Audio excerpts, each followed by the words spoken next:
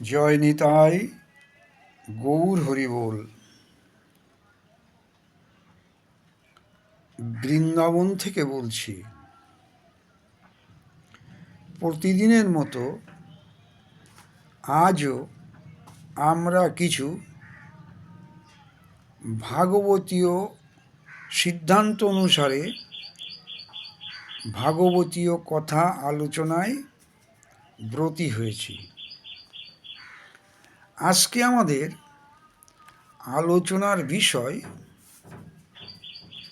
কোটি অশ্বমেধ যজ্ঞ। কোটি অশ্বমেধ যজ্ঞ এক কৃষ্ণ নামের সমান নয়। কোটি অশ্বমেধ যজ্ঞ এক কৃষ্ণ নামের সমান নয়। শাস্ত্র এ বিষয়ে কি বলছে? প্রকৃত সত্যটা জানুন। কারণ প্রকৃত সত্যটা জানতে হলে আপনাকে, আমাকে, আমাদের সবাইকে শাস্ত্রের সাহায্য গ্রহণ করতে হবে। এ বিষয়ে আমরা শ্রী শ্রী চৈতন্য চরিতামৃত গ্রন্থ আদি লীলা ৩য় পরিচ্ছেদ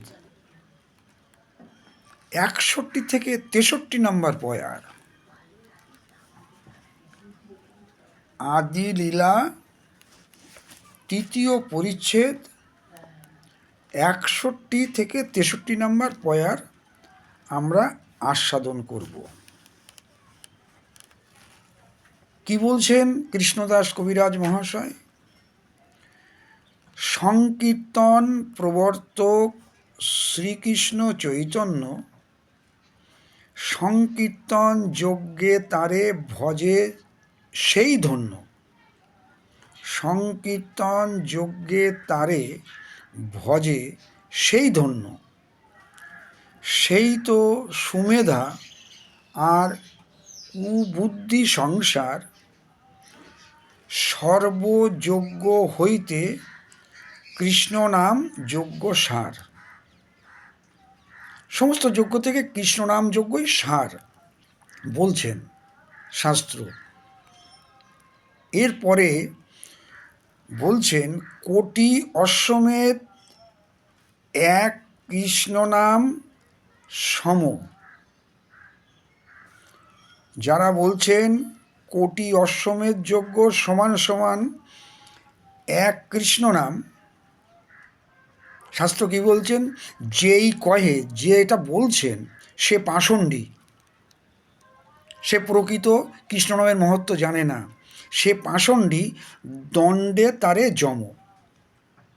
পরেরটা আবার পড়ছি, কোটি অশ্বমেধ এক কৃষ্ণ নাম সম, যেই কহে সে পাষণ্ডী, দণ্ডে তারে যম।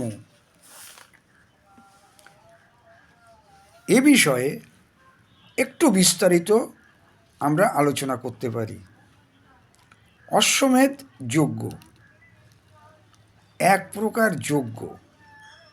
অশ্বমেধ যজ্ঞ হল বেদের কর্মকাণ্ডের বিধান, কিন্তু কর্মকাণ্ডে বিভিন্ন ত্রুটি থাকার সম্ভাবনা প্রবল।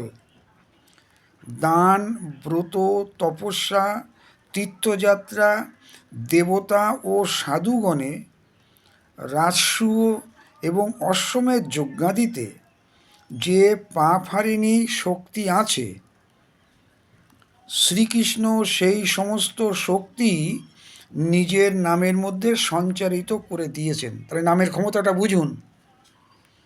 তবে দান, ব্রত, বিভিন্ন যজ্ঞাদির অনুষ্ঠান মূলত প্রায়শ্চিত্ত স্থানীয়, কিন্তু একবার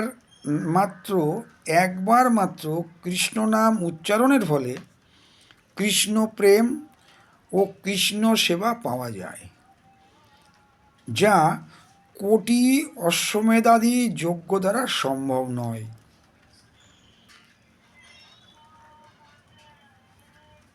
এ বিষয়ে চৈতন্য চরিতামৃত গ্রন্থের আদিলীলা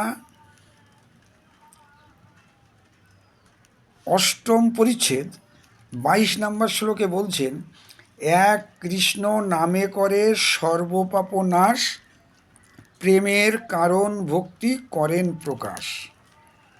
তাহলে সেই কৃষ্ণ নাম বাদ দিয়ে আমরা কার আশ্রয় গ্রহণ করব?